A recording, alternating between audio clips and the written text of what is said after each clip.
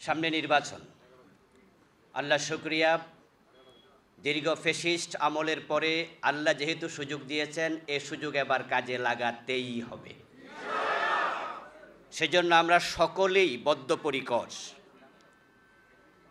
আল্লাহ সুযোগ সকলকে বারবার দেন না, তিনি বিপদ দিয়েও পরীক্ষা করেন, সুযোগ দিয়েও পরীক্ষা করেন। এবারের দেয়া সুযোগ আমরা পরীক্ষা হিসেবে কাজে লাগিয়ে আগামীর নির্বাচনে বাংলাদেশ জামাত ইসলামী সহ ইসলামী শক্তিকে আমরা ক্ষমতায় নেব ইনশাআল্লাহ। এটা আমাদের অলীক কোনো কল্পনা নয়, এটা আমাদের বিশ্বাস। আপনারা ইতোমধ্যে দেখতে পাচ্ছেন যে বাংলাদেশের মানুষ এতটাই ইসলামের ব্যাপারে আগ্রহী হয়েছে যে গত পরশুদিন সম্ভবত এনসিপির একটা বড় প্রোগ্রাম ছিল ঢাকার শহীদ মিনারে। এটা কি পরশুদিন? 4 তারিখে এনসিপির প্রোগ্রামে আমি দেখলাম একটা ছোট্ট বাচ্চা, মেয়ে বাচ্চাকে সাংবাদিক জিজ্ঞাসা করছে, তুমি কেমন আছো, কেন আসছো? সে তার বক্তৃতায় বলছে, আমি আসছি ওদের সাথে, কিন্তু আমি চাই ক্ষমতায় জামাত ইসলামী আসুক। আজকে বাংলাদেশের মানুষ জামাত ইসলামীর দিকে তাকিয়ে আছে। আলহামদুলিল্লাহ, জামাত ইসলামী ক্ষমতায় আসার পথে সবচেয়ে বড় বাধা ছিল রাম এবং বামেরা, ফ্যাসিস্টরা। আলহামদুলিল্লাহ, এখন তারা দেশে নাই, তাই ক্ষমতার পথ আমাদের কাছে উন্মুক্ত। এখন জাম্প দিতে হবে, আমাদেরকে মাঠে নামতে হবে।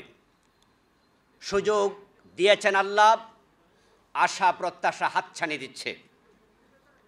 দেশের মানুষ বাংলাদেশ জামাত ইসলামীকে ক্ষমতায় নিতে চায়।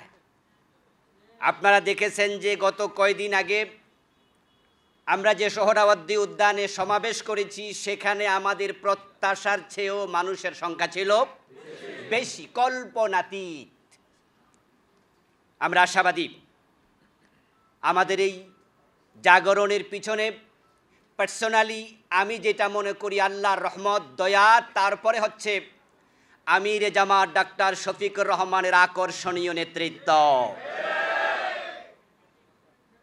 উনার চমৎকার বাসনভঙ্গি, উনার কর্মতৎপরতা। বাংলাদেশে যারা জামাত ইসলামীকে জানতো না, ভালো করে চিনতো না, পছন্দ করতো না, বামপন্থীরা পর্যন্ত উনার কারণে জামাতকে ভালোবাসতে শুরু করেছে। বাংলাদেশে হিন্দুদেরকে আমাদের সবচেয়ে বড় বিরোধী শক্তি মনে করা হতো, কিন্তু আমিরে জামাতের আমাদের বিপ্লবোত্তর পরবর্তী টোটাল ভূমিকার কারণে বাংলাদেশের হিন্দুদের অধিকাংশ এখন জামাত ইসলামের উপর আস্থা তৈরি হয়েছে, তার আস্থা রাখছে। অনেক হিন্দু আমাদেরকে বলে, আমরা আপনাদের সাথে আছি।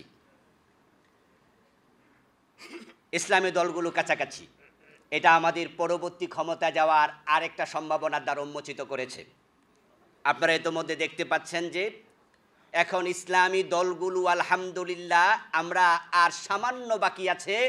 যদি ইসলামী দলগুলো এক হয়ে যেতে পারে, মাঠে এতটাই প্রভাব পড়বে, আমি মনে করি নির্বাচনের বিপ্লবী পরিবেশ তৈরি হয়ে যাবে ইনশাআল্লাহ।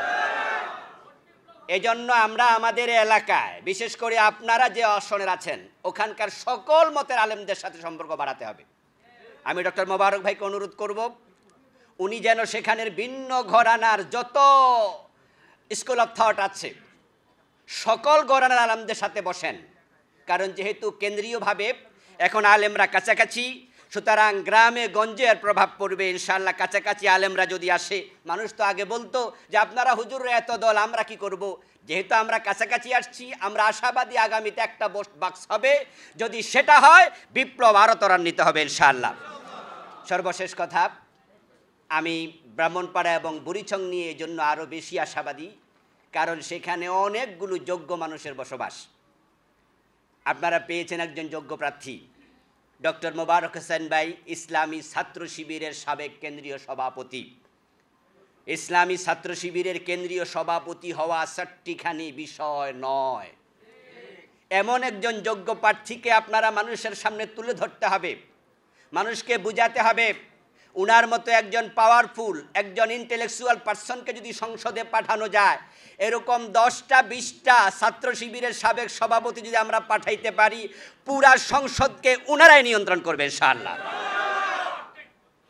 সাথে আছেন আমাদের সাইফুল ইসলাম ভাই, সাইফুল আলম ভাই শিবিরের জেলা সভাপতি, আমাদের গিয়াসউদ্দিন ভাই শিবিরের জেলা সভাপতি, আমাদের আহসানুর রহমান হাসান ভাই শিবিরের জেলা সভাপতি। এরকম ইসলামী ছাত্র শিবিরের কুমিল্লা জেলার অনেক সভাপতি বুড়িচং ব্রাহ্মণপাড়া বসবাস করছে।